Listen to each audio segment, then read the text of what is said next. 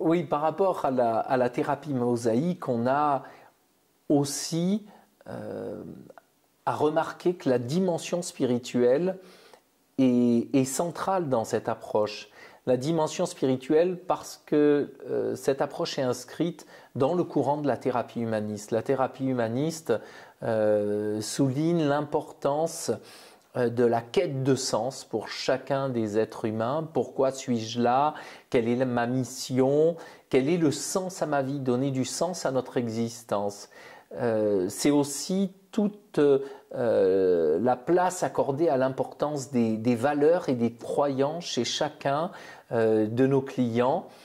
Dans le dispositif proposé en thérapie mosaïque, mais aussi à travers les protocoles qui sont proposés, notamment le protocole des traumatismes complexes, on va tenir compte de cette quête de sens. On va amener notre client à interroger le sens de ces événements, comment ces événements s'inscrivent dans son histoire, non pas pour trouver la cause et pour le localiser dans une place de fautif ou de victime, mais plutôt d'interroger quelle est la fonction, comment ces événements vont l'amener à développer tout un ensemble de façons de s'y prendre, de manières d'être avec les autres, de façons de s'y prendre dans sa vie.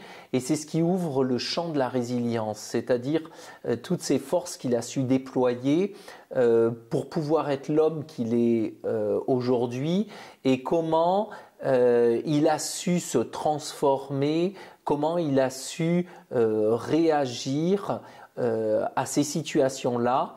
Par ses réactions, il sait se positionner comme un être humain avec davantage peut-être de confiance, de courage, de force.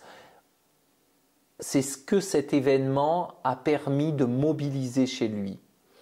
C'est à ça que le travail de la thérapie mosaïque peut amener, pour amener le client à passer d'une place de victime d'un événement douloureux à acteur dans ce présent-ci, aujourd'hui dans sa vie.